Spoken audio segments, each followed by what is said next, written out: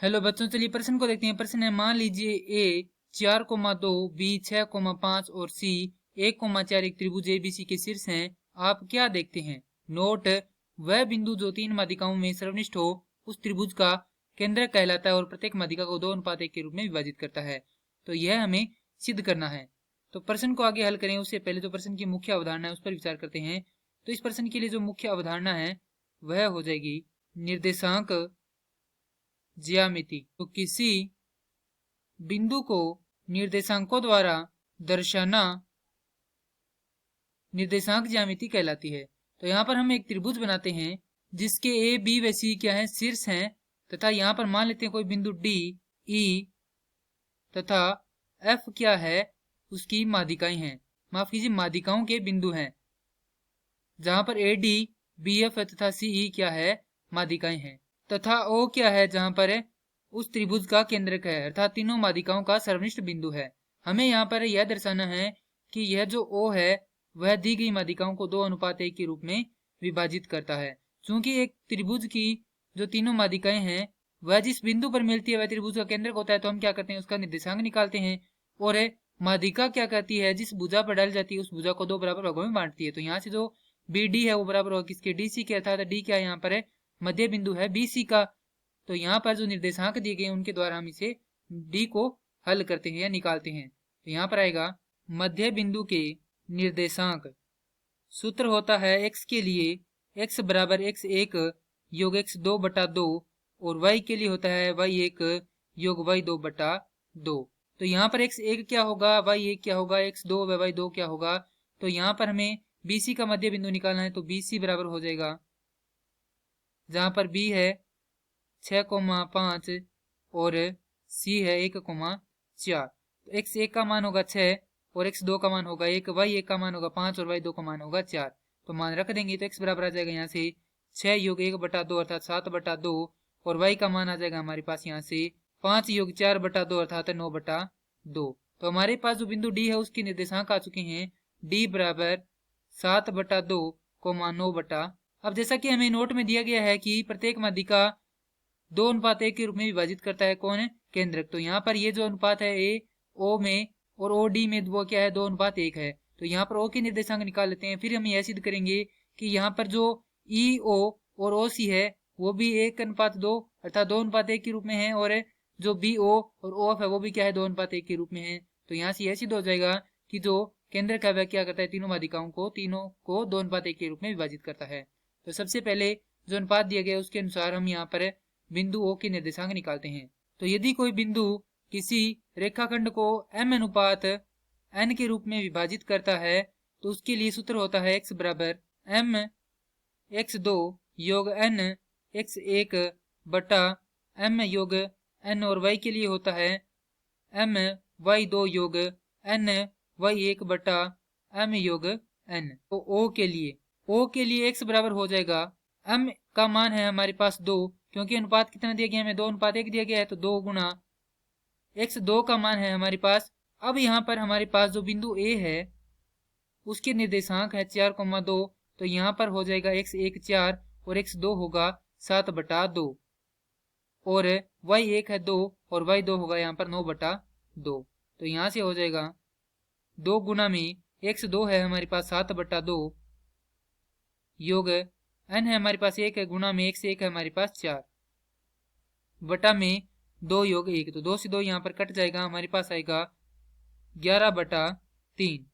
और y बराबर होगा यहाँ पर 2 गुना y2 का मान है हमारे पास 9/2 योग 1 गुना y1 का मान है 2/2 योग 1। तो 2 से 2 कट जाएगा तो y बराबर यहाँ पर आ जाएगा 11/3। तो हमारे पास जो बिंदु वो है उसके निर्देशांक आ जाते हैं 11/3 और 11/3। अब जो सभी निर्देशांक है वह हम यहाँ पर लिख लेते हैं। a बराबर है हमारे पास 4,2, b बराबर है 6,5, c बराबर है 1,4, o बराबर है 11/3, 11/3, d बराबर है 7/2, 9/2। अब हम यहाँ पर e व f के निर्देशांक निकालेंगे। तो यहाँ पर लिखेंगे e के लिए, चूंकि e किसका मध्य बिंदु है, ab का, तो यहाँ से ए बी के निर्देशांक में यहाँ पर x 1 होगा ये और x 2 होगा 6, y 1 होगा 2 और y 2 होगा 5। तो x बराबर यहाँ पर हो जाएगा हमारे पास 4 योग 6 बट्टा 2 अर्थात 10 बट्टा 2। तो x का मान आ जाएगा 5 और y बराबर होगा यहाँ से y 1 अर्थात 2 योग y 2 अर्थात 5 बट्टा 2 अर्थात 7 बट्टा 2। तो हमारे पास जो e के निर्देशांक है वह आ जाएंगे, यहाँ पर लिख देते हैं e बराबर 5,7 बट्टा, उसके बाद बिंदु f के जो निर्देशांक है वह निकालेंगे हम। तो f के लिए x बराबर होगा, चूंकि f किसका मध्य बिंदु AC का, तो यहाँ पर अब की बार x 2 होगा 1 और y 2 होगा 4, तो मान रख देंगे। तो 4 योग 1 बटा 2, तो x का मान आ जाएगा 5 बटा 2। तो f के जो निर्देशांक है 5 बटा 2 y का मान यहाँ से आ जाएगा y 1 अर्थात 2 योग y 2 अर्थात 4 बटा 2, तो 6 बटा 2, तो ये आ जाएगा 3। तो 5 बटा 2 3 आ जाएंगे f के निर्देशांक। अब हम यहाँ पर अनुपात निकालेंगे। तो सबसे पहले BF के लिए मान लेते हैं बिंदु O क्या करता है, BF को K अनुपात 1 के रूप में विभाजित करता है। तो K अनुपात 1 के रूप में विभाजित करता है, तो मान रख देंगे x बराबर होता है K x2 योग 1 गुना में x1 बटा K योग 1। इसी प्रकार से y बराबर होगा यहाँ पर K y2 योग 1 गुना में y1 भाग में K योग 1। तो यहाँ से x बराबर हमारे पास आ जाएगा, जैसे मान रखते हैं तो चूंकि हम निकाल रहे हैं BF के लिए, तो x1 होगा 6, x2 होगा 5 बटा 2, y1 होगा 5 और y2 होगा 3। और हमारे पास यहाँ पर x व y के भी मान है, क्योंकि बिंदु O के निर्देशांक हमारे पास है। तो x का मान 11 बटा 3 और y का मान भी है 11 बटा 3। तो रख देंगे यहाँ पर x का मान, तो 11 बटा 3 बराबर K गुना में x2 का मान है हमारे पास 5 बटा 2 योग 1 गुना में x1 का मान है हमारे पास 6 भाग में K योग 1। हल करेंगे तो वज्र गुणा कर देते हैं, यहाँ पर हमारे पास आएगा 11K योग 11 बराबर लघुत्तम लेकर इसको हल करेंगे तो हमारे पास आएगा 3 गुना में 5K योग 12 बटा में 2। 2 क्या कर देंगे, इधर गुणा कर देंगे तो हमारे पास आएगा 22K योग 22 बराबर 15K योग 36। तो हल करेंगे तो हमारे पास आएगा 7K बराबर 14। तो K का मान आ जाएगा यहाँ से हमारे पास 2। यदि हम K का मान यहाँ पर रखते हैं तो हमारे पास जो अनुपात है वह कितना आ जाएगा, 2:1 आ जाएगा। तो हमने यहाँ पर BF के लिए यह सिद्ध कर दिया कि जो रेखा है, माफ की जो बिंदु O है केंद्रक, वह क्या करता है, माध्यिकाओं को 2:1 के रूप में विभाजित करता है। तो तीसरी माध्यिका को क्या करेगा, यह 2:1 के रूप में विभाजित करेगा। इसे हम और सिद्ध कर देते हैं।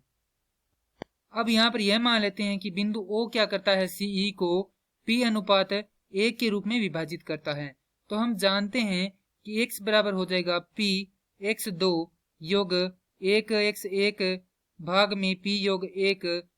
तो यहाँ से मान रखेंगे x का मान है हमारे पास 11 बटा 3, x2 का मान है हमारे पास 5 और x1 का मान है 1। तो x बराबर हो जाएगा यहाँ से, माफ कीजिए 11 बटा 3 बराबर हो जाएगा यहाँ से P 5 गुना में, माफ कीजिए P 5 योग 1 गुना में 1 बटा में P योग 1। वज्र गुणा करेंगे तो हमारे पास आएगा 11P योग 11 बराबर 5P 3 गुना में 5P योग 1।